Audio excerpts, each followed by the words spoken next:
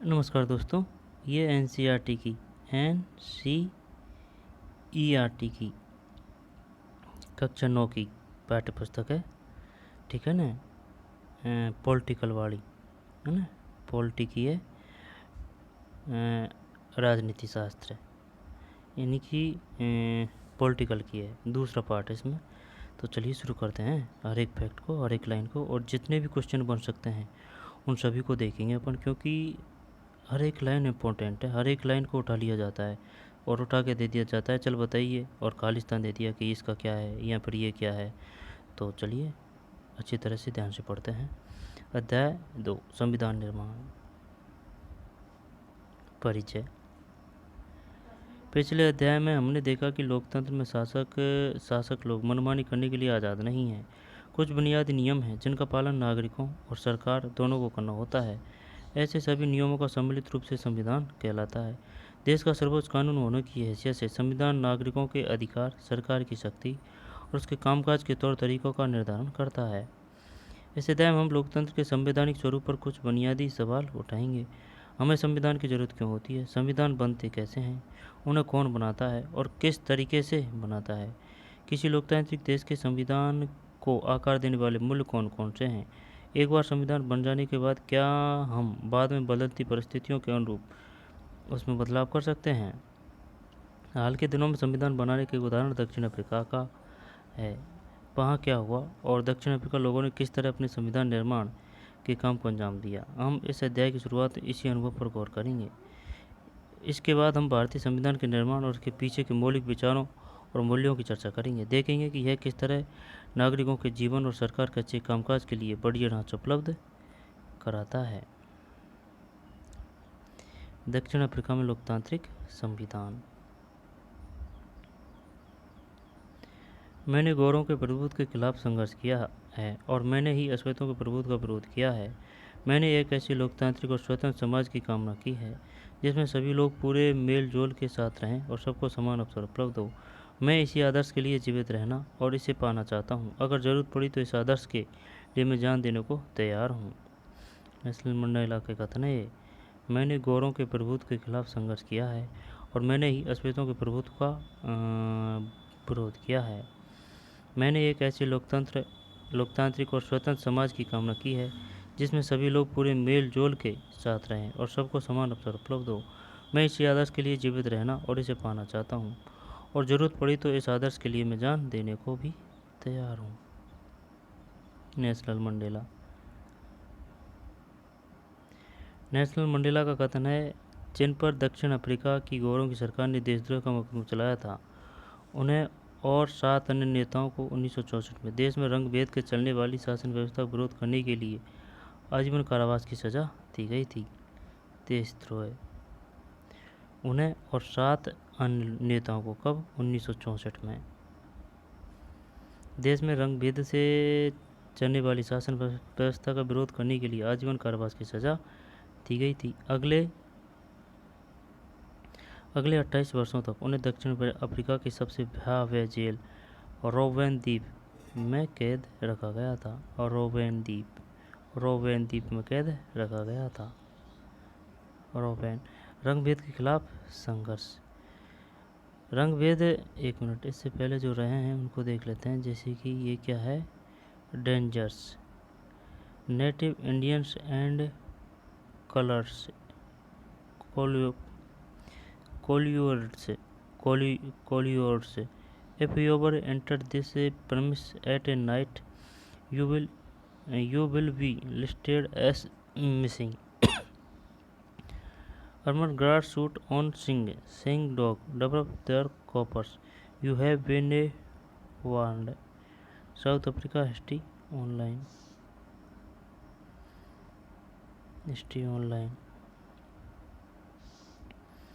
Dangers, ये लिख रखा है हिंदी में। रंगभेद वाले दौर 1953 का एक साइन बोर्ड जिसमें तब के तनावपूर्ण संबंधों का पता चलता है। इस साइन बोर्ड में लिखा है, खतरा, देसी अश्वेत, हिंदुस्तानी और रंगीन चमड़ी वालों, अगर तुम रात में इस परिसर में घुसे तो तुम्हें लापता घोषित कर दिया जाएगा। हथियारबंद सुरक्षा गार्ड से देखते ही गोली मार देंगे और जंगली कुत्ते लाश को नोच नोच कर खा जाएंगे। तुमको चेतावनी दे दी गई है।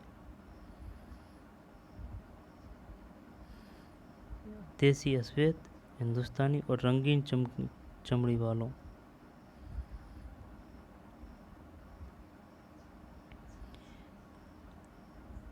इसके बाद में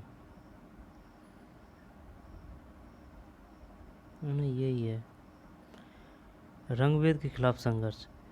रंगभेद नस्ली भेदभाव पर आधारित उस व्यवस्था का नाम है जो दक्षिण अफ्रीका में विशिष्ट तौर पर चलाई गई है। दक्षिण अफ्रीका पर यह व्यवस्था यूरोप के गोरे लोगों ने लादी थी।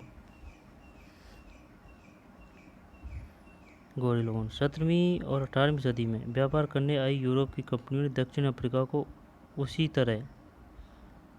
तरह हथियारों और जोर ज़बरदस्ती से गुलाम बनाया जैसे भारत को। पर भारत से उल्टे काफ़ी बड़ी संख्या में गोरे लोग दक्षिण अफ्रीका में बस गए। भारत में बसे नहीं थे भाई। उन्होंने स्थानीय शासन को अपने हाथों में ले लिया। रंगभेद की राजनीति ने लोगों को उनकी चमड़ी के रंग के आधार पर बांट दिया। दक्षिण अफ्रीका के स्थानीय लोगों की चमड़ी का रंग काला होता है। आबादी में उनका हिस्सा 3/4 था और उन्हें अश्वेत कहा जाता था। अब वो पूछ लेगा, ये बताइए दक्षिण अफ्रीका में वहाँ के लोगों का है या फिर काली चमड़ी वालों का कितना हिस्सा था? 1/2, 1/3 है ना, या फिर 3/4? जब 3/4 अश्वेत कहा जाता था। श्वेत और अश्वेतों के अलावा वहाँ मिश्रित नस्लों जिन्हें रंगीन चमड़ी वाला कहा जाता था और बाहर से गए लोग भी थे। गोरे शासक गोरों के अलावा शेष सबको गोरों के अलावा शेष सबको छोटा और नीचा मानते थे। उन्हें वोट डालने का अधिकार भी नहीं था। रंगभेद की शासकीय नीति अश्वेतों के लिए खासतौर से दमनकारी थी। उन्हें गोरों की बस्तियों में रहने बसने की इजाज़त नहीं थी। परमिट होने पर ही वे वहां जाकर काम कर सकते थे।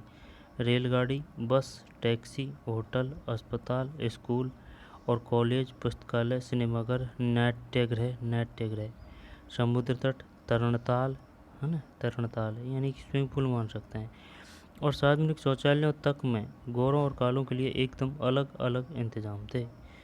इसे पृथक्करण या अलग अलग करने का इंतजाम कहा जाता था। अब वो पूछ लेगा, बताइए पृथक्करण का इंतजाम किसे कहा गया है? वैसे नाम से ही पता चल रहा है। काले लोग गोरों के लिए आरक्षित जगह तो क्या उनके गिरजाघर तक में नहीं जा सकते थे? काले लोग गोरों के लिए आरक्षित जगह तो क्या उनके गिरजाघर तक में नहीं जा सकते थे? अश्वेतों को संगठन बनाने और इस भेदभावपूर्ण व्यवहार का विरोध करने का भी अधिकार नहीं था। 1950 से ही अश्वेत, रंगीन चमड़ी वाले और भारतीय मूल के लोगों ने रंगभेद प्रणाली के खिलाफ संघर्ष किया। 1950 से ही उन्होंने विरोध प्रदर्शन किए और हड़तालें आयोजित की। भेदभाव वाली इस शासन प्रणाली का विरोध करने वाले संगठन अफ्रीकी नेशनल कांग्रेस के झंडे तले, किसके झंडे तले? अफ्रीकी नेशनल कांग्रेस के झंडे तले एकजुट हुए। इनमें कई मजदूर संगठन और कम्युनिस्ट पार्टी भी शामिल थी। अनेक समझदार और संवेदनशील गोरे लोग भी रंगभेद समाप्त करने के आंदोलन में अफ्रीकी नेशनल कांग्रेस के साथ थे, जैसे कि अपने नैतिक है इंडियन नेशनल कांग्रेस है ना, भारतीय राष्ट्रीय कांग्रेस, ऐसे ही है अफ्रीकी नेशनल कांग्रेस। और उन्होंने इस संघर्ष में प्रमुख भूमिका निभाई। अनेक देशों ने रंगभेद की निंदा की और इस व्यवस्था के खिलाफ आवाज़ उठाई, लेकिन गोरी सरकार ने हजारों अश्वेत और रंगीन चमड़ी वाले लोगों की हत्या और दमन करते हुए अपना शासन जारी रखा।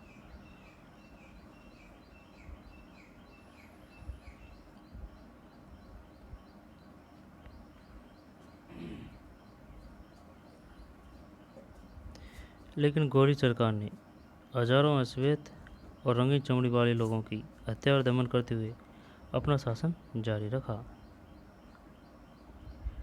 खुद करें और खुद सीखें। नेल्सन मंडेला के जीवन संघर्षों पर एक पोस्टर बनाएं। अगर उनकी आत्मकथा the long walk to freedom उपलब्ध हो तो कक्षा में उसके कुछ हिस्से पढ़कर आपस में चर्चा करें। ये आ सकता है भाई। ये बताइए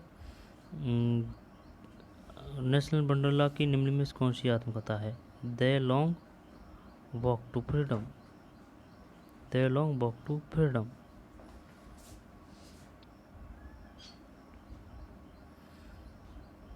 ठीक।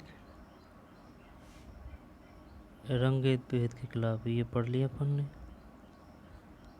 भाई। ये पार्ट है ना, ये पार्ट है अध्याय 2 संविधान निर्माण। दक्षिण अफ्रीका में लोकतांत्रिक संविधान।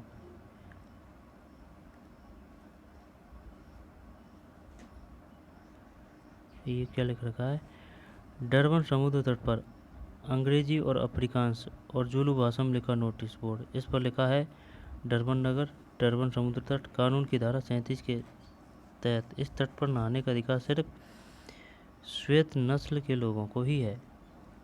धारा 37 के अनुसार।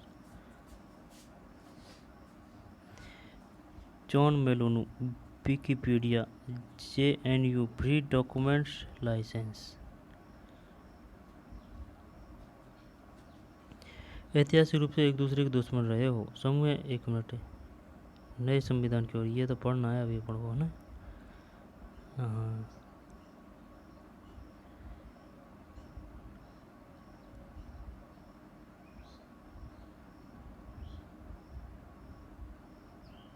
कौन सी पार्टी थी? दक्षिण अफ्रीका। अफ्रीकी नेशनल कांग्रेस के। अफ्रीकी नेशनल कांग्रेस। अफ्रीकी नेशनल कांग्रेस। अब है एक नए संविधान की और, ठीक है ना।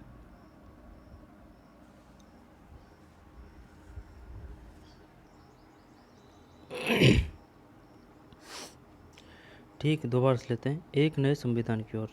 रंगभेद के खिलाफ जब संघर्ष और विरोध बढ़ता गया तो सरकार को यह एहसास हो गया कि अब वह जोर जबरदस्ती से असुविधाओं पर अपना राज कायम नहीं कर सकती। इसलिए गौरी सरकार ने अपनी नीतियों में बदलाव शुरू किया। भेदभाव वाले कानूनों को वापस ले लिया गया। राजनीतिक दलों पर लगा प्रतिबंध और मीडिया पर लगी पाबंदियां उठा ली गई। 28 वर्ष तक जेल में कैद रहने के बाद नेशनल मंडेला को आज़ाद कर दिया गया। 28 वर्ष, 28 वर्ष बहुत है भाई, कर दिया गया। आखिरकार 26 अप्रैल 1994 की मध्यरात्रि को दक्षिण अफ्रीका गणराज्य का नया झंडा लहराया। कब? 26 अप्रैल 1994 को। यहाँ पर दक्षिण अफ्रीका कब स्वतंत्र हुआ था? 26 अप्रैल 1994 रात्रि को दक्षिण अफ्रीका गणराज्य का नया झंडा लहराया और यह है दुनिया का एक नया लोकतांत्रिक देश बन गया। 26 अप्रैल 1994। 26 अप्रैल 1994 रंगभेद वाली शासन व्यवस्था समाप्त हुई। सभी नस्ल के लोगों को मिलीजुली सरकार के गठन का रास्ता खुला। यह सब कैसे हुआ? आइए इस असाधारण बदलाव के बाद नए दक्षिणी अफ्रीका के पहले राष्ट्रपति नेशनल मंडेला के मुँह से यह जाने, है ना। ये वो बोर्ड है, डरबन समुद्र तट पर अंग्रेजी, अफ्रीकांस और जुलू भाषा में लिखा नोटिस बोर्ड। डरबन नगर, डरबन समुद्र तट, कानून की धारा 37 के तहत इस तट पर नहाने का अधिकार सिर्फ श्वेत नस्ल के लोगों को ही है। यह नेशनल मंडेला का कथन है। ऐतिहासिक रूप से एक दूसरे के दुश्मन।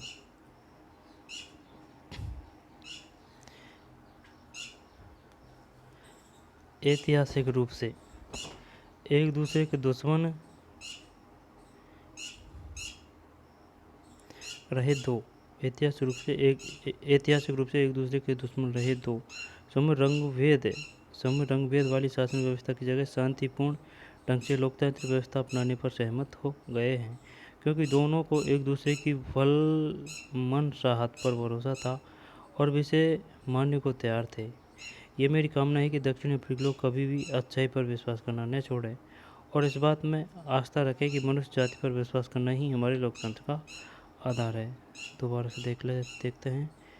ऐतिहासिक रूप से एक दूसरे के दुश्मन रहे दो समूह रंगभेद वाली शासन व्यवस्था की जगह शांतिपूर्ण ढंग से लोकतांत्रिक व्यवस्था अपनाने पर सहमत हो गए, क्योंकि दोनों को एक दूसरे की मनसाहत पर भरोसा था और वे इसे मानने को तैयार थे। मेरी कामना है कि दक्षिण अफ्रीकी लोग कभी भी अच्छाई पर विश्वास करना न छोड़ें और इस बात में आस्था रखें कि मनुष्य जाति पर विश्वास करना ही हमारे लोकतंत्र का आधार है। नए लोकतांत्रिक दक्षिण अफ्रीका के उदय के साथ ही अस्पृश्य नेताओं ने अस्पृश्य समाज से आग्रह किया कि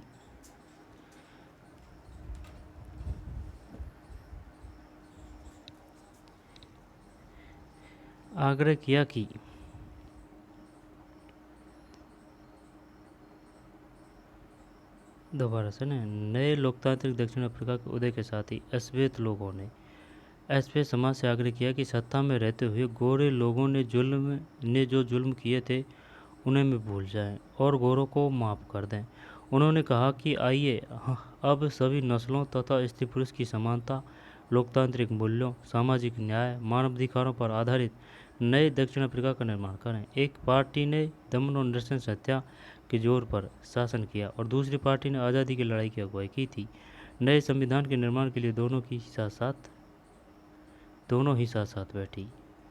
अच्छा, एक पार्टी ने दमन और नृशंस हत्याओं के जोर पर शासन किया था और दूसरी पार्टी ने आज़ादी की लड़ाई की अगुवाई की थी। नए संविधान के निर्माण के लिए दोनों ही साथ साथ बैठी। इन दमन और नृशंस हत्याएं शायद ये अंग्रेज़ों के लिए हैं। अगर दक्षिण के बहुसंख्यक काले लोगों ने गोरों से अपने दमन और शोषण का बदला लेने का निश्चय किया होता तो क्या होता? तो स्थिति खराब होती, ठीक है ना, क्योंकि आपस में मिलजुल के ही रहा जा सकता। भाई कर लिया उन्हें, करना था जो शोषण, दमन, अत्याचार जो भी, लेकिन अब उनको मारने से क्या, अब उन जैसे बनने से क्या फ़ायदा। तो ये बहुत बड़ा काम किया था दक्षिण अफ्रीका वासियों ने, क्योंकि खून का बदला खून नहीं होता है। आगे चलते हैं। आज का दक्षिण अफ्रीका। यह तस्वीर आज के दक्षिण अफ्रीका की सोच को उजागर करती है। आज का दक्षिण अफ्रीका खुद को इंद्रधनुषी देश कहता है। क्या आप बता सकते हैं क्यों इंद्रधनुषी? ये पोस्टर है, ठीक है ना।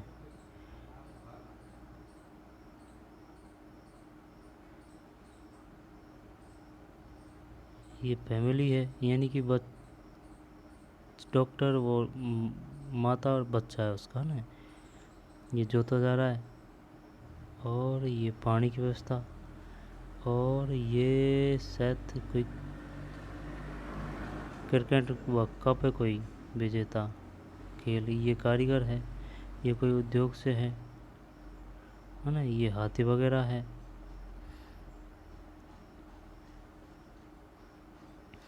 दो वर्षों की चर्चा बहस के बाद उन्होंने जो संविधान बनाया वैसा संविधान दुनिया में कभी नहीं बना था।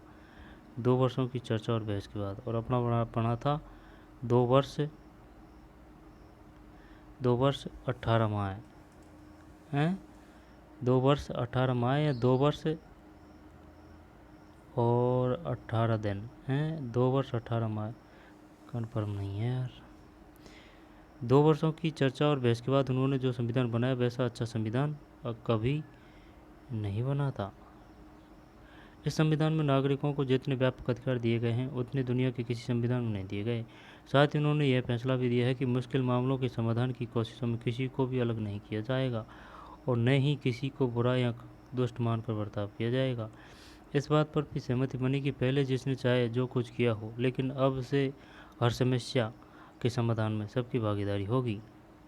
दक्षिण अफ्रीका के बारे में अधिक जानकारी के लिए है ना, 1 मिनट। इस बात पर भी सहमति बनी कि पहले जिसने चाहे जो कुछ किया हो, लेकिन अब से हर समस्या के समाधान में सबकी भागीदारी होगी। ये सही है भाई। दक्षिण अफ्रीकी संविधान की प्रस्तावना ही इस भावना को बहुत खूबसूरत ढंग से व्यक्त करती है। पृष्ठ 30 पे दे रखी है। दक्षिण अफ्रीकी संविधान से दुनिया भर के लोकतांत्रिक लोग प्रेरणा लेते हैं। 1994 तक जिस देश की दुनिया भर में अलोकतांत्रिक तौर तरीकों के लिए निंदा की जाती थी, आज उसे लोकतंत्र के मॉडल के रूप में देखा जाता है। 1994 तक जिस देश की दुनिया भर में अलोकतांत्रिक तौर तरीकों के लिए निंदा की जाती थी, आज उसे लोकतंत्र के मॉडल के रूप में देखा जाता है। यह काम दक्षिण अफ्रीकी लोगों द्वारा साथ रहने साथ काम करने के दृढ़ निश्चय और पुराने कड़वे अनुभवों को आगे के इंद्रधनुषी समाज बनाने में एक सबक के रूप में प्रयोग करने की समझदारी दिखाने के कारण संभव हुआ। एक बार फिर मंडेला के शब्दों में ये बातें समझें। दक्षिण अफ्रीका का संविधान इतिहास और भविष्य दोनों की बातें करता है। दक्षिण अफ्रीका का संविधान इतिहास और भविष्य दोनों की बातें करता है। एक तरफ तो यह एक पवित्र समझौता है कि दक्षिण अफ्रीकी के रूप में हम एक दूसरे से यह वायदा करते हैं कि हम अपने रंगभेदी, क्रूर और दमनकारी इतिहास को फिर से दोहराने की अनुमति नहीं देंगे। दोबारा से देख लेते हैं। ये नेल्सन मंडेला का कथन है। दक्षिण अफ्रीका का संविधान इतिहास और भविष्य दोनों की बातें करता है। दक्षिण अफ्रीका का संविधान इतिहास और भविष्य दोनों की बातें करता है। एक तरफ तो यह एक पवित्र समझौता है। दोबारा से, दक्षिण अफ्रीका का संविधान इतिहास और भविष्य दोनों की बातें करता है। एक तरफ तो यह एक पवित्र समझौता है कि दक्षिण अफ्रीकी के रूप में हम एक दूसरे से यह वादा करते हैं कि हम अपनी रंगभेदी, क्रूर और दमनकारी इतिहास को फिर से दोहराने की अनुमति नहीं देंगे। पर बात इतनी ही नहीं है, यह अपने देश को इसके सभी लोगों द्वारा वास्तविक अर्थों में साझा करने का घोषणा पत्र भी है। श्वेत और अश्वेत, स्त्री और पुरुष, यह देश पूर्ण रूप से हम सभी का है। क्या दक्षिण अफ्रीका के स्वतंत्रता संग्राम से आपको भारतीय राष्ट्रीय आंदोलन की याद आई? इन बिंदुओं के आधार पर दोनों संघर्षों में समानताएं और असमानताएं बताएं। विभिन्न समुदायों के बीच संबंध, नेतृत्व, गांधी मंडेला, संघर्ष का नेतृत्व करने वाली पार्टी अफ्रीकी नेशनल कांग्रेस, भारतीय राष्ट्रीय कांग्रेस, संघर्ष का तरीका, उपनिवेशवाद का तरीका। अपन ने भाई साहब बदला लिया था, ठीक है ना। अफ्रीका वासियों ने बदला नहीं लिया। उन्होंने तो बोला था कि हम तो आपस में मिलके शासन करेंगे, लेकिन हमारा तो उद्देश्य था कि अंग्रेज़ों को बाहर ही निकालना। हम मिलके शासन नहीं करेंगे। आगे चलते हैं। हमें संविधान की ज़रूरत क्यों है? हमें संविधान की ज़रूरत क्यों है? हमें एक संविधान की ज़रूरत क्यों है और संविधान क्या करता है, इस बात को हम दक्षिण अफ्रीका के उदाहरण से समझ सकते हैं। इस नए लोकतंत्र में दमन करने वाले और दमन सहने वाले दोनों ही साथ साथ समान हैसियत से रहने की योजना बना रहे थे। दोनों के लिए ही एक दूसरे पर भरोसा कर पाना आसान नहीं है। उनके अंदर अपने अपने किस्म के डर थे। वे अपने हितों की रखवाली भी चाहते थे।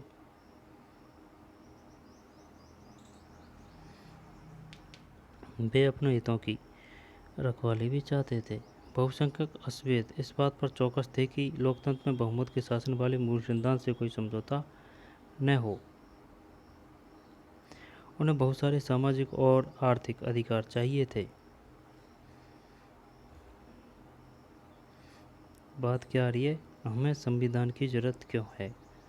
इससे पहले कुछ रहा थोड़ी है।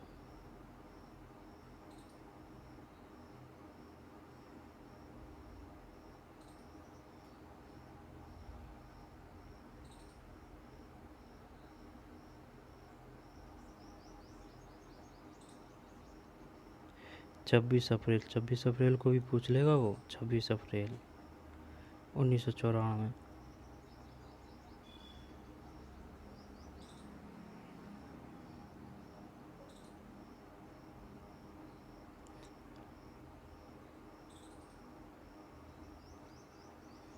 अब पढ़ते हैं इसको। हमें संविधान की ज़रूरत क्यों है? हमें एक संविधान की ज़रूरत क्यों है और संविधान क्या करता है, इस बात को हम दक्षिण अफ्रीका के उदाहरण से समझ सकते हैं। इस नए लोकतंत्र में दमन करने वाले और दमन सहने वाले दोनों ही साथ साथ समान हैसियत से रहने की योजना बना रहे थे।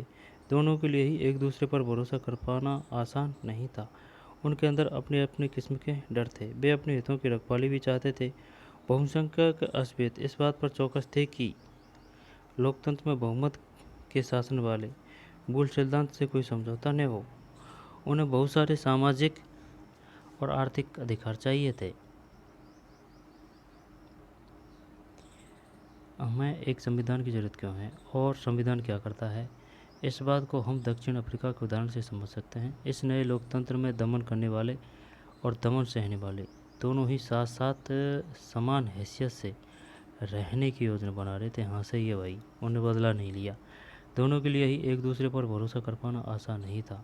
उनके अंदर अपने अपने किस्म के डर थे। वे अपने हितों की रखवाली भी चाहते थे। बहुसंख्यक अश्वेत इस बात पर चौकस थे कि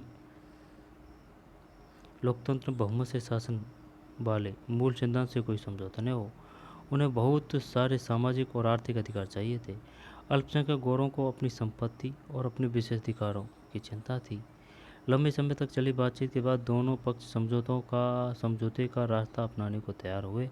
गोरे लोग बहुमत के शासन का सिद्धांत और एक व्यक्ति एक वोट को मान गए। गोरे लोग बहुमत के शासन का सिद्धांत और एक व्यक्ति एक वोट को मान गए। वे गरीब लोगों और मजदूरों के कुछ बुनियादी अधिकारों पर भी सहमत हुए। अश्वेत लोग भी इस बात पर सहमत हुए कि सिर्फ बहुमत के आधार पर सारे फैसले नहीं होंगे। अश्वेत लोग भी इस बात पर सहमत हुए कि सिर्फ बहुमत के आधार पर सारे फैसले नहीं होंगे। वे इस बात पर सहमत हुए कि बहुमत के जरिए अश्वेत लोग अल्पसंख्यक गौरों की जमीन जायदाद पर कब्जा नहीं करेंगे। सही है। वे इस बात पर सहमत हुए कि बहुमत के जरिए अश्वेत लोग अल्पसंख्यक गौरों की जमीन जायदाद पर कब्जा नहीं करेंगे। यह समझौता आसान नहीं था। इस समझौते को लागू करना और भी कठिन था। इसे लागू करने के लिए पहली ज़रूरत थी कि वे एक दूसरे पर भरोसा करें, और अगर वे एक दूसरे पर भरोसा कर भी लें तो क्या गारंटी कि भविष्य में से तोड़ा नहीं जाएगा। ऐसी स्थिति में भरोसा बनाने और बरकरार रखने का एक ही तरीका है कि जो बातें तय हुई है उन्हें लिखत पढ़त में ले लिया जाए। लिखत पढ़त, जिससे सभी लोगों पर उन्हें मानने की बाध्यता रहे।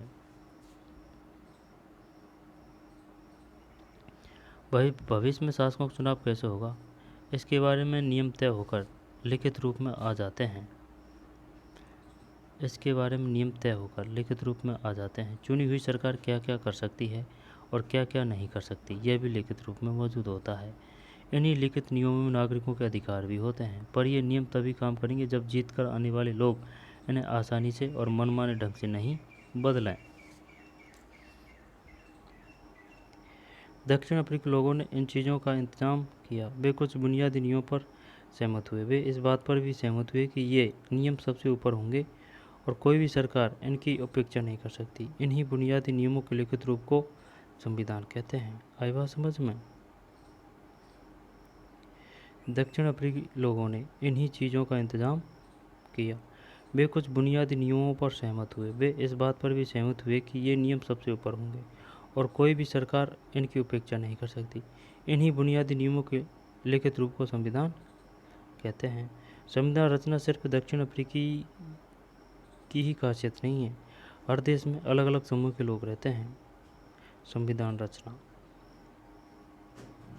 सिर्फ दक्षिणी अफ्रीका की ही खासियत नहीं है, हर देश में अलग अलग समूह के लोग रहते हैं। संभव है कि उनके रिश्ते दक्षिण अफ्रीका के गोरे और कालों जितने कटुतापूर्ण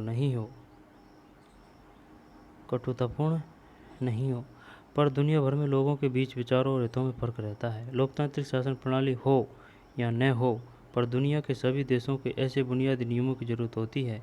यह बात सिर्फ सरकारों पर ही लागू नहीं होती। हर संगठन के कायदे कानून होते हैं, संविधान होता है। इस तरह आपके इलाके का कोई क्लब हो या सरकारी संगठन या फिर राजनीतिक दल, सभी को एक संविधान की जरूरत होती है। संविधान खुद करें, खुद सीखें। अपने इलाके के किसी क्लब, सरकारी संगठन अथवा मजदूर संघ या राजनीतिक दल के दफ्तर में जाएं। उनसे उनके संविधान या संगठन के नियमों की पुस्तक मांगें तथा उसका अध्ययन करें। क्या उसके नियम लोकतांत्रिक नियमों के अनुकूल है? क्या वे बिना भेदभाव के सभी को सदस्यता देते हैं? यह तो गड़बड़ हो गई। अगर सभी बुनियादी बातों पर फैसला हो गया तो संविधान सभा बनाने का क्या औचित्य है? दोबारा देखते हैं। हमें संविधान की जरूरत क्यों है?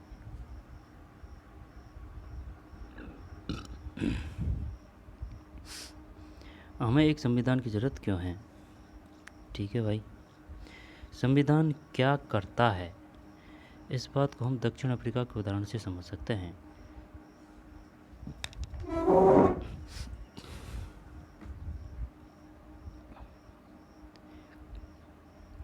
एक मिनट है। हमें संविधान की ज़रूरत क्यों है? हमें एक संविधान की ज़रूरत क्यों है और संविधान क्या करता है, इस बात को हम दक्षिण अफ्रीका के उदाहरण से समझ सकते हैं। इस नए लोकतंत्र में दमन करने वाले और दमन सहने वाले दोनों ही साथ साथ समान हैसियत से रहने की योजना बना रहे थे। दोनों के लिए एक दूसरे पर भरोसा कर पाना आसान नहीं था। उनके अंदर अपने अपने किस्म के डर थे। वे अपने हितों की रखवाली भी चाहते थे और बहुसंख्यक अश्वेत इस बात पर चौकस थे कि लोकतंत्र में बहुमत के शासन वाले मूल सिद्धांत से कोई समझौता न हो। यहाँ से क्वेश्चन फैक्चुअल वाले नहीं आएंगे, वो आएंगे कथन कारण वाले कि बताइए कथन के निम्नलिखित व्याख्या कर रहा है या नहीं कर रहा है। यहाँ पर निम्नलिखित में कौन सी कथन सत्य है, कह गए। यहाँ पर ए बी सी डी। यहाँ पर कथन ए ठीक है, और फिर बी दे देगा। बी कथन ए की व्याख्या कर रहा है या नहीं कर रहा है, एक कथन सत्य है या असत्य है। यहाँ पर दोनों कथन सत्य है, ऐसे आएगा। बहुसंख्यक अद्वैत इस बात पर चौकस थे कि लोकतंत्र में बहुमत के शासन वाले मूल सिद्धांत से कोई समझौता न हो। बहुसंख्यक अद्वैत यानी कि वहाँ के काले लोग हैं, दक्षिण अफ्रीकी मूल निवासी, वे बहुसंख्यक है भाई, उनका देश है तो बहुसंख्यक है वो न हो। उन्हें बहुत सारे सामाजिक और आर्थिक अधिकार चाहिए। अल्पसंख्यक गोरों को यानी कि कम संख्या में को अपनी संपत्ति और अपने विशेषाधिकारों की चिंता थी। अंग्रेज वहाँ बस गए थे भाई, वो क्योंकि महा संविधान ही ये बनाया था, ठीक है ना, कि भाई जो हो गया सो हो गया, लेकिन कोई किसी से बदला नहीं लेगा और प्रेम से प्यार से और मिलजुल के रहेंगे, चाहे वो शासन करने वाला हो चाहे शासन में रहने वाले हो। लेकिन अपने देश में अलग स्थिति, अपने तो बदला लिया था भाई साहब, चुन चुन के मारे थे और भेदभाव किया गया था अंग्रेज़ों के साथ में। तो इस वजह से अंग्रेज़ पूरे पूरे भाग गए और जबकि दक्षिण अफ्रीका में उनको अधिकार दिए थे रहने के लिए। यह बात उन्हें बहुत सारे सामाजिक और आर्थिक अधिकार चाहिए थे। अल्पसंख्यक गोरों को अपनी संपत्ति और अपने विशेषाधिकारों की चिंता थी। लंबे समय तक चली बातचीत के बाद दोनों पक्ष समझौतों का रास्ता अपनाने को तैयार हुए। गोरे लोग बहुमत के शासन का सिद्धांत और एक व्यक्ति एक वोट को मान गए। वे गरीब लोगों और मजदूरों के कुछ बुनियादी अधिकारों पर भी सहमत हुए। अश्वेत लोग भी इस बात पर सहमत हुए कि सिर्फ बहुमत के आधार पर सारे फैसले नहीं होंगे। वे इस बात पर सहमत हुए कि बहुमत के जरिए अश्वेत लोग अल्पसंख्यक गोरों की जमीन जायदाद पर कब्जा नहीं करेंगे। यह समझौता आसान नहीं था। इस समझौते को लागू करना और भी कठिन था। इसे लागू करने के लिए पहली ज़रूरत थी कि वे एक दूसरे पर भरोसा करें, और अगर वे एक दूसरे पर भरोसा कर भी लें तो क्या गारंटी है कि भविष्य में इसे तोड़ा नहीं जाएगा। बात तो सही है भाई जो उन्होंने अत्याचार वगैरह किए हैं तो वो समान रूप से थोड़ी रह सकते हैं भाई, खुद के हित को तो देखेंगे ना वो। ऐसी स्थिति में भरोसा बनाने और बरकरार रखने का एक ही तरीका है, जो बातें तय हुई उन्हें लिखित पढ़त में ले लिया जाए, जिससे सभी लोग उन्हें मानने की वैधता रहे। भविष्य में शासकों का चुनाव कैसे होगा, इसके बारे में नियम तय होकर लिखित रूप से आ जाते हैं। चुनी हुई सरकार क्या क्या कर सकती है और क्या क्या नहीं कर सकती, यह भी लिखित रूप में मौजूद होता है। इन्हीं लिखित नियमों में नागरिकों के अधिकार भी होते हैं, पर ये नियम तभी काम करेंगे जब जीत कर आने वाले लोग इन्हें आसानी से और मनमाने ढंग से नहीं बदलें। आई बात समझ में, आसानी से और मनमाने ढंग से। दक्षिण अफ्रीकी लोगों ने इन चीज़ों का इंतजाम किया। वे कुछ बुनियादी नियमों पर सहमत हुए। वे इस बात पर भी सहमत हुए कि नियम सबसे ऊपर होंगे और कोई भी सरकार इनकी उपेक्षा नहीं कर सकती। इन्हीं बुनियादी नियमों के लिखित रूप को संविधान कहते हैं। संविधान रचना सिर्फ दक्षिण अफ्रीका की ही खासियत नहीं है। हर देश में अलग अलग समूह के लोग रहते हैं। संभव है उनके रिश्ते दक्षिण अफ्रीका के गोरे और कालों जितने कटुतापूर्ण नहीं हो, पर दुनिया भर में लोगों के बीच विचारों और हितों में फर्क रहता है। सही है, लोकतांत्रिक शासन प्रणाली हो या न हो, पर दुनिया के सभी देशों को ऐसे बुनियादी नियमों की ज़रूरत होती है। यह बात सिर्फ सरकारों पर ही लागू नहीं होती, हर संगठन के कायदे कानून होते हैं। सही बात है भाई, एकदम शानदार जा रहा है। संविधान होता है, कायदे कानून होते हैं, संविधान। इस तरह के आपके इलाके का कोई क्लब हो या सरकारी संगठन या फिर राजनीतिक दल, सभी को एक संविधान की ज़रूरत होती है। खुद करें और खुद सीखें। अपने इलाके के किसी क्लब, सहकारी संगठन अथवा मजदूर संगठन या राजनीतिक दल के दफ्तर में जाएं। उनसे उनके संविधान या संगठन के नियमों की पुस्तिका मांगें तथा उसका अध्ययन करें। क्या उसके नियम लोकतांत्रिक नियमों के अनुकूल हैं? क्या वे बिना भेदभाव के सभी को सदस्यता देते हैं? यह तो गड़बड़ हो गई। अगर सभी बुनियादी बातों पर पहले ही फैसला हो गया था तो संविधान सभा बनाने का क्या औचित्य था। क्वेश्चन तो शानदार है भाई, आगे चलते हैं।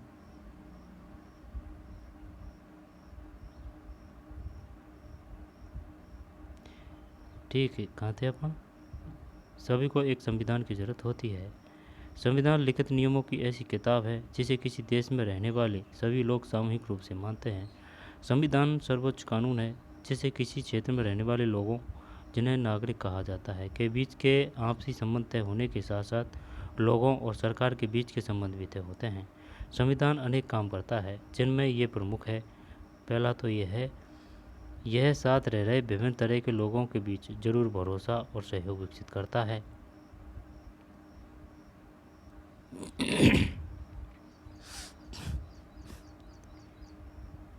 दूसरा, यह स्पष्ट करता है कि सरकार का गठन कैसे होगा और किसे फैसले लेने का अधिकार होगा। पहला, यह साथ रह रहे विभिन्न तरह के लोगों के बीच भरोसा और सहयोग विकसित करता है।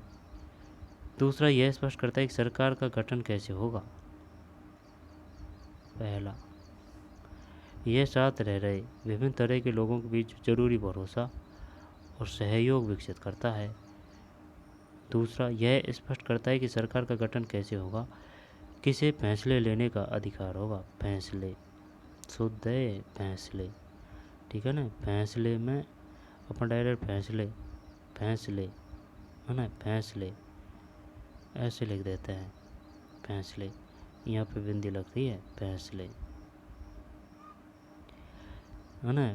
तो अपना मेन चैप्टर क्या है, ये है भाई कि पता क्या रहा है। पहला, यह साथ रह रहे विभिन्न तरह के लोगों के बीच जरूरी भरोसा और सहयोग विकसित करता है। दूसरा, यह स्पष्ट करता है कि सरकार का गठन कैसे होगा और किसे फैसले लेने का अधिकार होगा। तीसरा, यह सरकार के अधिकारों की सीमा तय करता है और हमें बताता है कि नागरिकों के क्या अधिकार हैं। और चौथा, यह अच्छे समाज के गठन के लिए लोगों की आकांक्षाओं को व्यक्त करता है। जिन देशों में संविधान है वे सभी लोकतांत्रिक शासन हो, यह ज़रूरी नहीं। यार अगर जैसी देखी जाए, जैसे कि रूस है, चीन है ना, उत्तरी कोरिया है, वहाँ पे लोकतंत्र नहीं है, लेकिन वो जो लोकतंत्र है उन देशों से भी विकसित हैं। क्यों विकसित क्यों है भाई? वे इस वजह से है क्योंकि उन्होंने सख्त नियम बनाए हैं कि भाई जैसे 14 वर्ष की हैं, जो जितनी भी एज रखी है उनने, चाहे लड़का हो लड़की हो, उनको पढ़ना है तो पढ़ना है, ठीक है ना, कोई दखलंदाजी नहीं। और जिसने उन नियमों को नहीं माना उनको कड़ी सज़ा दी, तो कोई ने उन कानूनों को तोड़ने की ज़रूरत नहीं की। अब लोकतंत्र में क्या है कि कानूनी प्रक्रिया वगैरह वगैरह चलती है और दुनिया इतनी सीरियस नहीं होती है। इस वजह से अब जब पब्लिक सीरियस नहीं होगी तो जो सरकारी कानून है, सरकारी योजना है या फिर जो भी जितने भी जो कुछ हैं, उनको सही तरीके से या सही तौर तरीके से अमली जामा नहीं पहना जाएगा। इससे राष्ट्र का विकास भी नहीं होगा। तो कुछ कुछ ये भी कारण हो सकते हैं। बात तो सही बोली है यार मैंने। हाँ, इसका मतलब जानते हैं अपन, ठीक है। चौथा, यह अच्छे समाज के गठन के लिए लोगों की आकांक्षाओं को व्यक्त करता है। जिन देशों में संविधान है वे सभी लोकतांत्रिक शासन वालों हो, यह जरूर नहीं, लेकिन जिन देशों में लोकतांत्रिक शासन है वहाँ संविधान का होना जरूरी है। ब्रिटेन के खिलाफ आज़ादी की लड़ाई के बाद अमेरिकी लोगों ने अपने लिए संविधान का निर्माण किया। फ्रांसीसी क्रांति के बाद फ्रांसीसी लोगों ने एक लोकतांत्रिक संविधान को मान्यता दी। इसके बाद से यह चलन हो गया कि हर लोकतांत्रिक शासन व्यवस्था में एक लिखित संविधान हो। अब आ रहा है अपना काम का भारतीय संविधान का निर्माण। ठीक, भारतीय संविधान का निर्माण। दक्षिण अफ्रीका की ही तरह भारत का संविधान भी बहुत कठिन परिस्थितियों के बीच बना। भारत जैसे विशाल और विविधता भरे देश के लिए संविधान बनाना आसान काम नहीं था। भारत के लोग तब गुलाम की हैसियत से निकलकर नागरिक की हैसियत पाने जा रहे थे। देश ने धर्म के आधार पर हुए बंटवारे की विभीषिका झेली थी। भारत पाकिस्तान के लोगों के लिए बंटवारा भारी बर्बादी और दहलाने वाला अनुभव था। विभाजन से जुड़ी हिंसा में सीमा के दोनों तरफ से कम 10 लाख लोग मारे जा चुके थे। विभाजन से जुड़ी हिंसा में मारे जा चुके थे। एक बड़ी समस्या और भी थी। अंग्रेज़ों ने देशी रियासतों के शासकों को यह आज़ादी दे दी थी कि वे भारत या पाकिस्तान, जिसमें इच्छा हो, अपनी रियासत का विलय कर दें।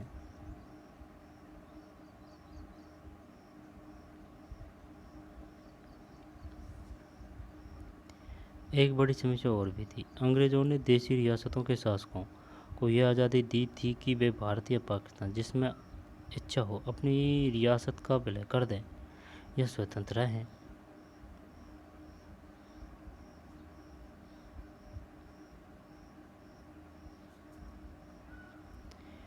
दोबारा से विभाजन से जुड़ी हिंसा में सीमा के दोनों तरफ कम से कम 10 लाख लोग मारे, कितने 10 लाख लोग मारे जा चुके थे। एक बड़ी समस्या और भी थी। अंग्रेज़ों ने देशी रियासतों के शासकों को यह आज़ादी दे दी थी कि वे भारत या पाकिस्तान जिसमें इच्छा हो अपनी रियासत का विलय कर दें या स्वतंत्र रहें। इन रियासतों का विलय मुश्किल और अनिश्चय भरा काम था। जब संविधान लिखा जा रहा था तब देश का भविष्य इतना सुरक्षित और चैन भरा नहीं लगता था जितना आज है। संविधान निर्माताओं को देश के वर्तमान और भविष्य की चिंता थी। सही है भाई, खुद करें खुद सीखें। अपने दादा दादी, नाना नानी या इलाके के किसी बुजुर्ग से बात कीजिए। उनसे पूछिए कि क्या उनको आज़ादी या बंटवारे या संविधान निर्माण के बारे में कुछ बातें याद है। उस समय लोगों को किन बातों की उम्मीद थी और क्या क्या अंदेशे थे। अपनी कक्षा में इन बातों की चर्चा कीजिए। सरदार वल्लभ भाई पटेल है भाई। ये जन्म हुआ था 1875 से 1950, यानी कि 75 साल जिए थे। गुजरात अंतरिम सरकार में गृह, सूचना एवं प्रसारण मंत्री। जन्म गुजरात में है। अंतरिम सरकार में गृह, सूचना एवं प्रसारण मंत्री, वकील और बारदोली किसान सत्याग्रह के नेता। भारतीय रियासतों के विलय में निर्णायक भूमिका। बाद में उप प्रधानमंत्री। ये क्वेश्चन आ चुका है। बताइए भारत की स्वतंत्रता के समय कौन उप प्रधानमंत्री थे।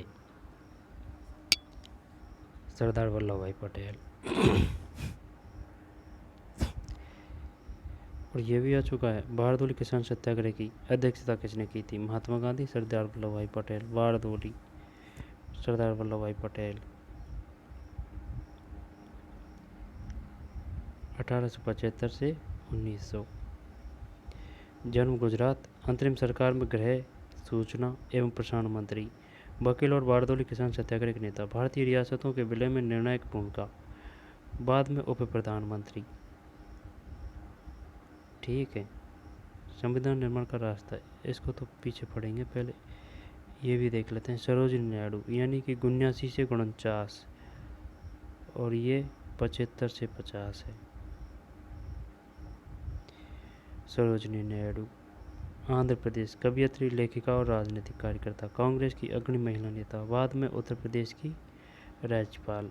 सरोजिनी नायडू कवयित्री, लेखिका और राजनीतिक कार्यकर्ता। कांग्रेस की अग्रणी महिला नेता। बाद में उत्तर प्रदेश की राज्यपाल।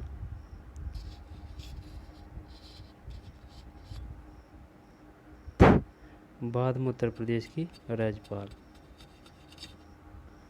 जन्म कहाँ हुआ था, आंध्र प्रदेश में।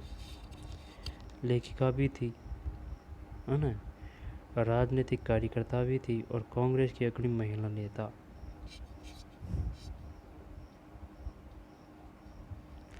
बताइए उत्तर प्रदेश की राज्यपाल कौन थी। सरोजिनी नायडू।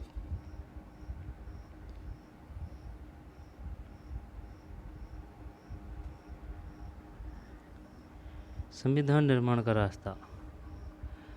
सारी मुश्किलों के बावजूद भारतीय संविधान निर्माताओं को एक बड़ा लाभ था। दक्षिण क्रम, जिस तरह संविधान निर्माण के दौरे में ही सारी बातों पर सहमति बनानी पड़ी, वैसी स्थिति उस समय के भारत में नहीं थी। भारत में आज़ादी की लड़ाई के दौरान ही, अब ये पढ़ना है अपन को क्या, संविधान निर्माण का रास्ता। सारी मुश्किलों के बावजूद भारतीय संविधान निर्माताओं को एक बड़ा लाभ था। दक्षिण क्रम, जिस तरह संविधान निर्माण के दौर में ही सारी बातों पर सहमति बनानी पड़ी थी, वैसी स्थिति उस समय भारत में नहीं थी। भारत में आज़ादी की लड़ाई के दौरान ही लोकतंत्र समेत अन्य अधिकांश बुनियादी बातों पर राष्ट्रीय सहमति बनाने का काम हो चुका था। हमारा राष्ट्रीय आंदोलन सिर्फ एक विदेशी सत्ता के खिलाफ संघर्ष भर नहीं था, यह न केवल अपने समाज को फिर से जगाने का वरन अपने समाज और राजनीति को बदलने और नए सिरे से गढ़ने का आंदोलन भी था। आज़ादी के बाद भारत को किस रास्ते पर चलना चाहिए, इसे लेकर आज़ादी के संघर्ष के दौरान भी तीखे मतभेद थे। आज़ादी के बाद भारत को किस रास्ते पर चलना चाहिए, ऐसे कुछ मतभेद अब तक भी बने हुए हैं, पर कुछ बुनियादी विचारों पर लगभग सभी लोगों की सहमति कायम हो चुकी थी। 1928 में ही मोतीलाल नेहरू और कांग्रेस के 8 अन्य नेताओं ने भारत का एक संविधान लिखा था। किन्होंने? मोतीलाल नेहरू, है ना। कब की बात है? 1928 की, है ना। मोतीलाल नेहरू और कांग्रेस के 8 अन्य नेताओं ने भारत का एक संविधान लिखा था।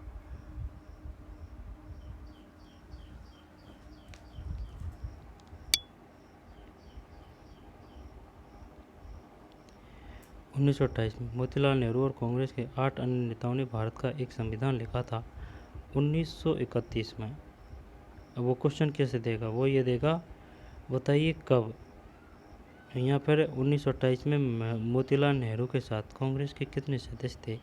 6, 7, 8, 9। यहाँ फिर सर्वप्रथम किसने संविधान लिखा था? मोतीलाल नेहरू, सरदार वल्लभ भाई पटेल, भीमराव अंबेडकर, मोतीलाल नेहरू। 1928। 1931 में कराची में हुए भारतीय राष्ट्रीय कांग्रेस के अधिवेशन में एक प्रस्ताव में यह रूपरेखा रखी गई कि आज़ाद भारत का संविधान कैसा होगा। 1931 कराची अधिवेशन कब हुआ था? 1931 में। और सर्वप्रथम किसने संविधान लिखने की वो की थी कोशिश? मोतीलाल नेहरू, 1928। और 8 अन्य नेताओं ने। और कराची अधिवेशन 1931 में। कांग्रेस के अधिवेशन में एक प्रस्ताव में यह रूपरेखा रखी गई कि आज़ाद भारत का संविधान कैसे होगा। इन दोनों ही दस्तावेजों में स्वतंत्र भारत के संविधान सार्वभौम वयस्क मताधिकार, स्वतंत्रता और समानता का अधिकार और अल्पसंख्यकों के अधिकारों की रक्षा की बात कही गई। इस प्रकार संविधान की रक्षा करने के लिए बैठने से पहले ही कुछ बुनियादी मूल्यों पर सभी नेताओं की सहमति बन चुकी थी। इस प्रकार संविधान की रचना करने के लिए बैठने से पहले ही कुछ बुनियादी मूल्यों पर सभी नेताओं की सहमति बन चुकी थी। औपनिवेशिक शासन की राजनीतिक संस्थाओं और व्यवस्थाओं को जानने समझने से भी नई राजनीतिक संस्थाओं का स्वरूप तय करने में मदद मिली।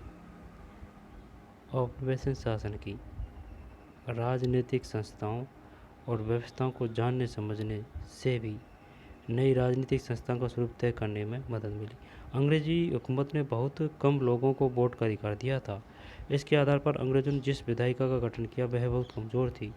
1937 के बाद पूरे ब्रिटिश शासन वाले भारत में प्रादेशिक असेंबलियों के लिए चुनाव कराए गए। अब वो पूछ लेगा, ये बताइए भारत में प्रादेशिक असेंबलियों के लिए चुनाव कब कराए गए थे? 1937 में।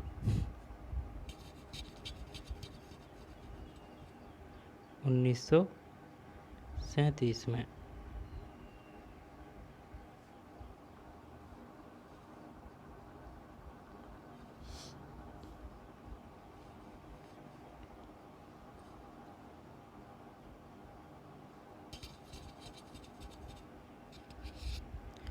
उन्नीस के बाद पूरे ब्रिटिश शासन वाले भारत में प्रादेशिक असेंबलियों के लिए चुनाव कराए गए थे।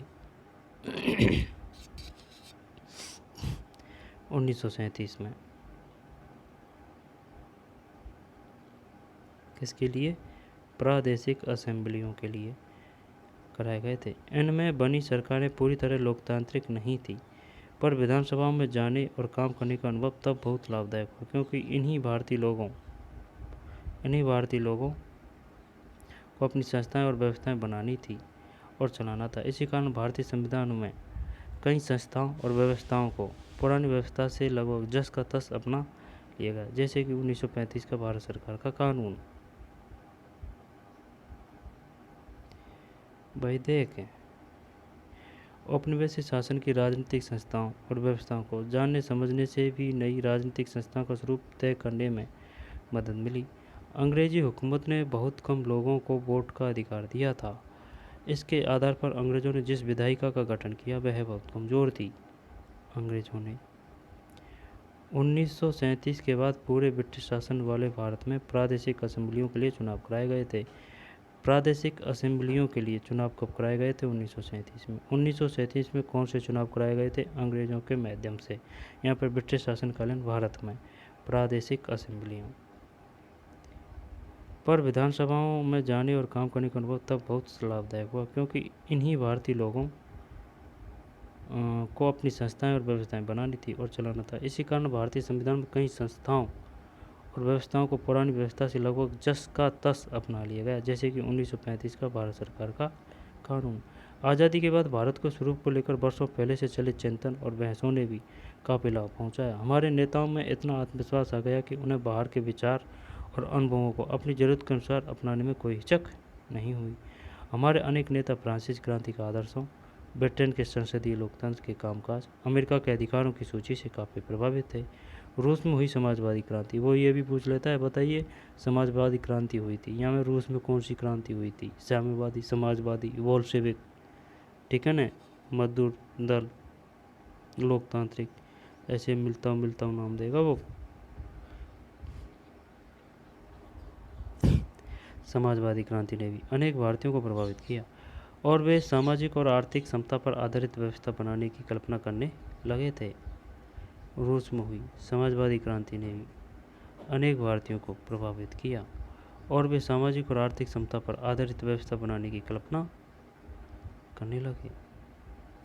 लेकिन वे दूसरों की सिर्फ नकल नहीं कर रहे थे।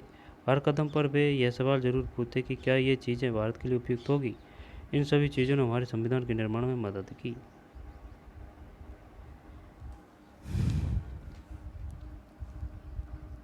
लेकिन वे दूसरों की सिर्फ नकल नहीं कर रहे थे। हर कदम पर वे यह सवाल जरूर पूछ रहे थे कि क्या ये चीज़ें भारत के लिए उपयुक्त होगी। इन सभी चीज़ों ने हमारे संविधान के निर्माण में मदद की। सही है भाई। अब है संविधान सभा। इससे पहले है अबुल कलाम आज़ाद है, अब्दुल नहीं है, अबुल कलाम आज़ाद। 1888 से 1958, 1888 से। जन्म सऊदी अरब, शिक्षाविद, लेखक और धर्मशास्त्रों के ज्ञाता, अरबी के विद्वान, कांग्रेसी नेता, राष्ट्रीय आंदोलन में अग्रणी भूमिका, मुस्लिम अलगाववादी राजनीति के विरोधी, बाद में पहले केंद्रीय मंत्रिमंडल में शिक्षा मंत्री बने। कौन बने? अबुल कलाम आज़ाद। अबुल कलाम आज़ाद संबंधित थे, सऊदी अरब के थे भाई। ये क्या क्या उपलब्धि थी? शिक्षाविद थे, लेखक थे, धर्मशास्त्रों के ज्ञाता थे और अरबी के विद्वान थे। मुस्लिम अलगाववादी राजनीति के विरोधी और बाद में पहले केंद्रीय मंत्रिमंडल शिक्षा मंत्री। बताइए इनमें में से कौन मुस्लिम अलगाववादी राजनीति के विरोधी थे? अब है टी कृष्णमाचारी। 1899 से 1974, 1888 से 1958, 1888, 88, 10 साल का फर्क है भाई। जब 1958 की जगह तू 68 रख ले, 68 नहीं 74 है। टी कृष्णमाचारी, जन्म तमिलनाडु, प्रारूप कमेटी के सदस्य, उद्यमी और कांग्रेस नेता, बाद में केंद्रीय मंत्रिमंडल में वित्तीय मंत्री। टी कृष्णमाचारी 1899 से 1974। जन्म कहाँ हुआ है? तमिलनाडु में। प्रारूप कमेटी के सदस्य थे, प्रारूप कमेटी के सदस्य। अब वो देगा, बताइए निम्नलिखित में से कौन प्रारूप कमेटी के सदस्य थे? टी कृष्णमाचारी, बाद में केंद्रीय मंत्रिमंडल में वित्त मंत्री बने। ठीक है ना। जन्म तमिलनाडु, प्रारूप कमेटी के सदस्य, उद्यमी और कांग्रेस नेता, बाद में केंद्रीय मंत्रिमंडल में वित्त मंत्री बने।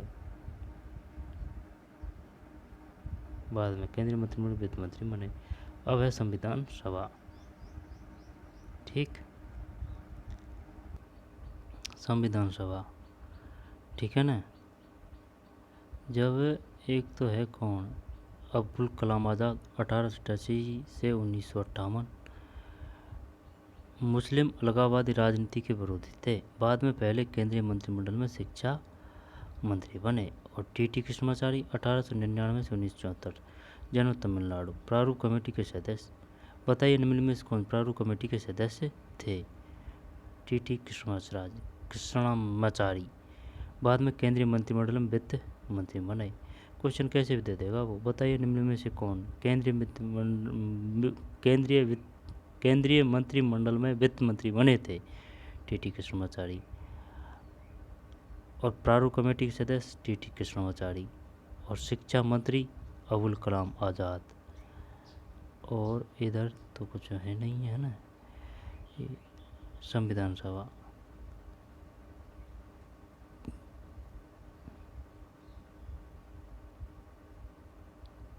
संविधान सभा। फिर भारत के संविधान के निर्माता कौन थे? यहाँ आपको संविधान बनाने में प्रमुख भूमिका निभाने वाले कुछ नेताओं के बारे में बहुत संक्षेप में कुछ जानकारी मिलेगी। चुने गए जनप्रतिनिधियों की जो सभा संविधान नामक विशाल दस्तावेज को लिखने का काम करती है उसे संविधान सभा कहते हैं। भारतीय संविधान सभा के लिए जुलाई 1946 में चुनाव हुए थे। जुलाई 1946 में। संविधान सभा की पहली बैठक दिसंबर 1946 को हुई थी। जुलाई 1946 में चुनाव हुए थे। संविधान सभा की पहली बैठक दिसंबर 1946 को हुई थी। भारतीय संविधान सभा के लिए जुलाई 1946 में चुनाव हुए थे। जुलाई 1946 में।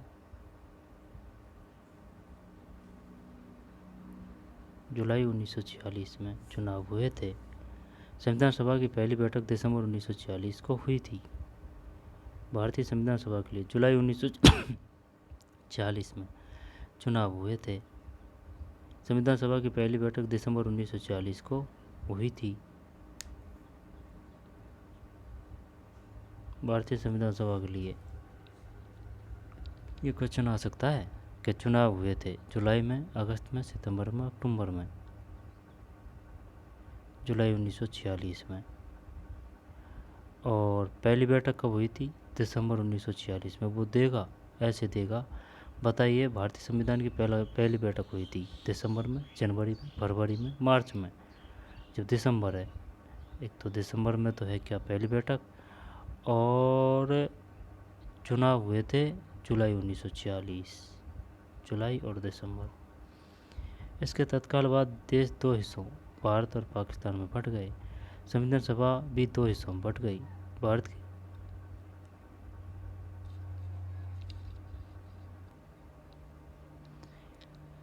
ठीक है, पहली बैठक दिसंबर 1946 को, और संविधान सभा कहते हैं। भारतीय संविधान सभा के लिए जुलाई 1946 में चुनाव हुए थे। जुलाई 1946 और दिसंबर 1946 पहली बैठक।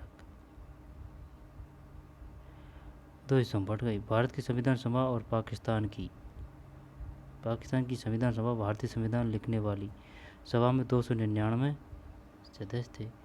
इसने 26 नवंबर 1949 को अपना काम पूरा कर लिया।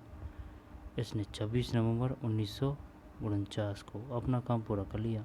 संविधान 26 जनवरी 1950 को लागू हुआ। इसी दिन की याद में हमें हर साल 26 जनवरी को गणतंत्र दिवस मनाते हैं। संविधान सभा भारतीय संविधान लिखने वाली सभा में कितने सदस्य थे? 299 सदस्य थे। इसने 26 नवंबर 1949 को अपना काम पूरा कर लिया। भारतीय संविधान लिखने वाली सभा में 299 सदस्य थे। इसने 26 नवंबर 1949 को अपना काम पूरा कर लिया। संविधान 26 जनवरी 1950 को लागू हुआ। इसी दिन की याद में हम हर साल 26 जनवरी को गणतंत्र दिवस मनाते हैं। ठीक है ना, 299 सदस्य, 26 नवंबर 1949।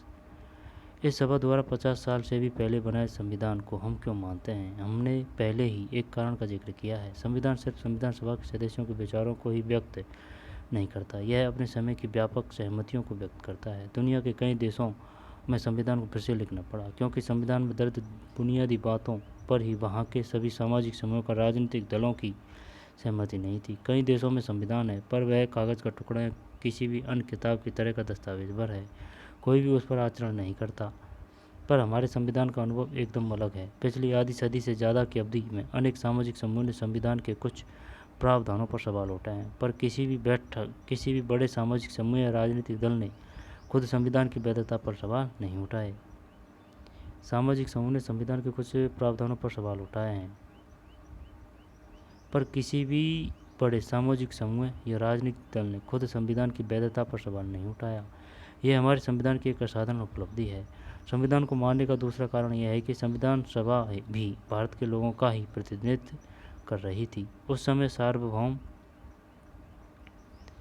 वयस्क मताधिकार नहीं था, इसलिए संविधान सभा का चुनाव देश के लोग प्रत्यक्ष ढंग से नहीं कर सकते थे। इसका चुनाव मुख्य रूप से उन प्रांतीय असेंबलियों के सदस्यों ने ही किया था जिनका जिक्र हम पहले कर चुके हैं। इसके कारण देश के सभी भौगोलिक क्षेत्रों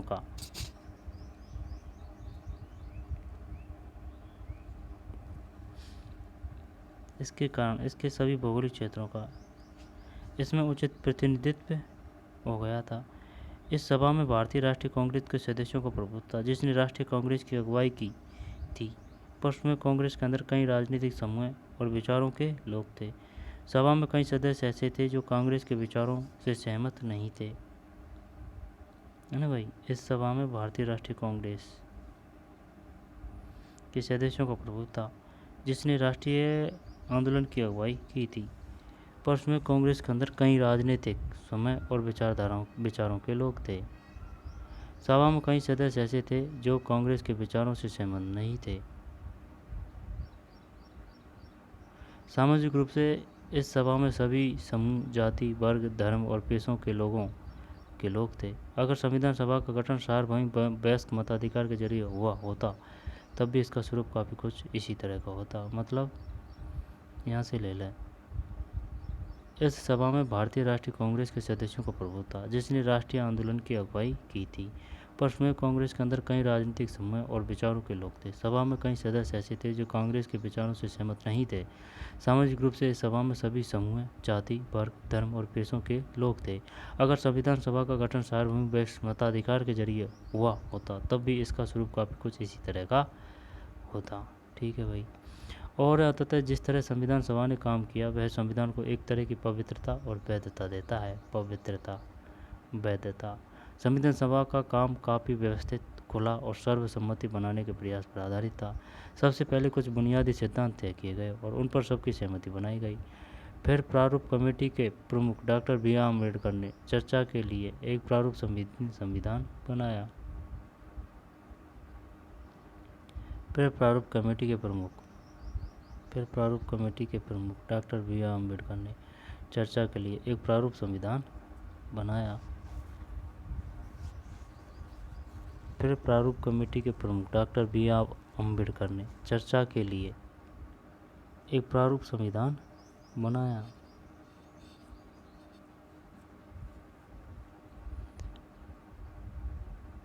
फिर प्रारूप कमेटी के प्रमुख डॉक्टर बी.आर. अम्बेडकर ने चर्चा के लिए प्रारूप संविधान बनाया।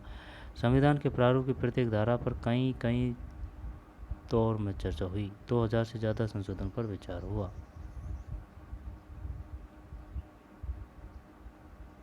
और अंततः जिस तरह संविधान सभा ने काम किया वह संविधान को एक तरह की पवित्रता और वैधता देता है। संविधान सभा का काम काफ़ी व्यवस्थित, खुला और सर्वसम्मति बनाने के प्रयास पर आधारित था। सबसे पहले कुछ बुनियादी सिद्धांत तय किए गए, उन पर सबकी सहमति बनाई गई। फिर प्रारूप कमेटी के प्रमुख डॉक्टर बी.आर. अम्बेडकर ने चर्चा के लिए एक प्रारूप संविधान बनाया।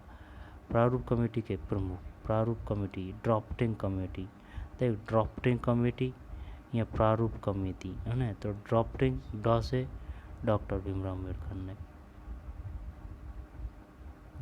प्रत्येक धारा पर कई दौर में चर्चा हुई। 2000 से ज़्यादा संशोधनों पर विचार हुआ। 3 वर्षों में कुल 114 दिनों की गंभीर चर्चा हुई। ये क्वेश्चन आ चुका है। बताइए भारतीय संविधान में कितने दिनों संसद में चर्चा हुई थी? 114 दिन, 115 दिन, 112 दिन, 120, 114। सभा में पेश हर प्रस्ताव, हर शब्द और वहाँ कही गई हर बात को रिकॉर्ड किया गया और संभाला गया। इन्हें कॉन्स्टिट्यूशन असेंबली डिबेट नाम से 12 मोटे खंडों में प्रकाशित किया गया। कॉन्स्टिट्यूएंट असेंबली डिबेट्स के नाम से 12 मोटे खंडों में प्रकाशित किया। इन्हीं बहसों से हर प्रावधान के पीछे की सोच और तर्क को समझा जा सकता है। संविधान की व्याख्या के लिए भी इस बहस के दस्तावेज का उपयोग होता है। 114 दिनों भारतीय संविधान निर्माताओं में यहाँ दी गई सभी जानकारियों को पढ़ें। आपको यह जानकारी कंठस्थ करने की जरूरत नहीं है। इस आधार पर निम्नलिखित कथनों के पक्ष में उदाहरण प्रस्तुत करें। संविधान सभा में ऐसे अनेक सदस्य थे जो कांग्रेसी नहीं थे। सभा में समाज के अलग अलग समूहों का प्रतिनिधित्व था। सभा के सदस्यों की विचारधारा भी अलग अलग थी। संविधान सभा में ऐसे अनेक सदस्य थे जो कांग्रेसी नहीं थे। भारतीय संविधान निर्माताओं के बारे में यहाँ दी गई सभी जानकारियों को पढ़ें। आपको यह जानकारी कंठस्थ करने की जरूरत नहीं है। इस आधार पर निम्नलिखित कथनों के पक्ष में उदाहरण प्रस्तुत करें। संविधान सभा में ऐसे अनेक सदस्य थे जो कांग्रेसी नहीं थे। सभा में समाज के अलग अलग समूहों का प्रतिनिधित्व था। सभा के सदस्यों की विचारधारा भी अलग अलग थी। कहाँ पहुँचे, क्या समझे? भारतीय संविधान के बुनियादी मूल्य है ना भाई। इसके बाद में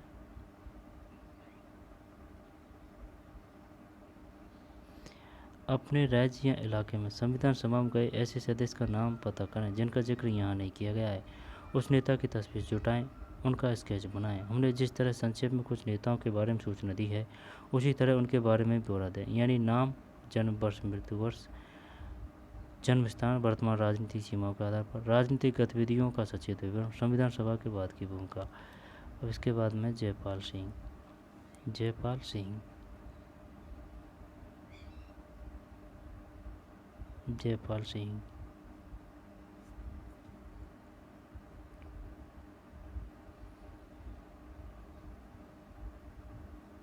1903 से 1970, जन्म झारखंड, खिलाड़ी और शिक्षाविद, भारतीय हॉकी टीम के पहले कप्तान, आदिवासी महासभा के संस्थापक अध्यक्ष, बाद में झारखंड पार्टी के संस्थापक। क्वेश्चन यहाँ से आ सकता है, आई समझ में? वो दे देगा, बताइए कौन भारतीय हॉकी टीम के पहले कप्तान थे? जयपाल सिंह। और आदिवासी महासभा संस्थापक अध्यक्ष जयपाल सिंह। भारतीय हॉकी टीम के कप्तान, आदिवासी महासभा संस्था के संस्थापक अध्यक्ष, बाद में झारखंड पार्टी के संस्थापक। इसके बाद में है एच.सी. मुखर्जी।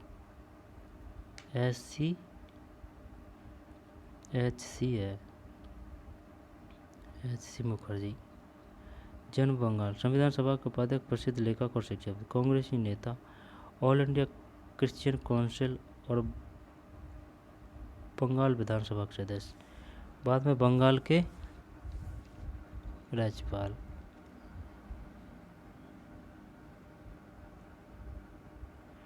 एच.सी. मुखर्जी। एच.सी. मुखर्जी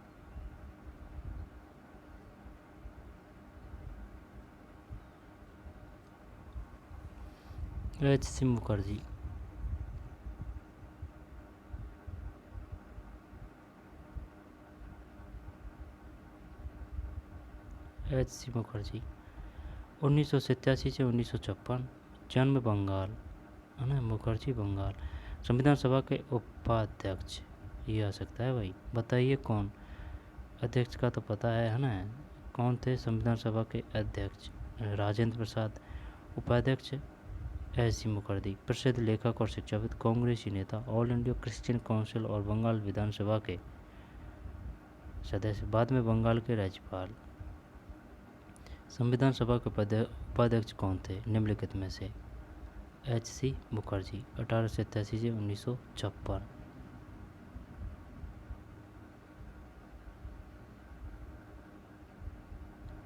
बाद में बंगाल के राज्यपाल। जी. दुर्गाबाई देशमुख, 1909 से 1981, जन्म आंध्र प्रदेश, वकील और महिला मुक्ति कार्यकर्ता, आंध्र महिला सभा की संस्थापक, कांग्रेस की सक्रिय नेता, बाद में केंद्रीय समाज कल्याण बोर्ड की संस्थापक अध्यक्ष, बाद में केंद्रीय समाज कल्याण बोर्ड की संस्थापक अध्यक्ष। कौन? जी. दुर्गाबाई देशमुख, केंद्रीय समाज कल्याण बोर्ड की संस्थापक अध्यक्ष, केंद्रीय समाज कल्याण बोर्ड की संस्थापक अध्यक्ष जी. दुर्गाबाई देशमुख।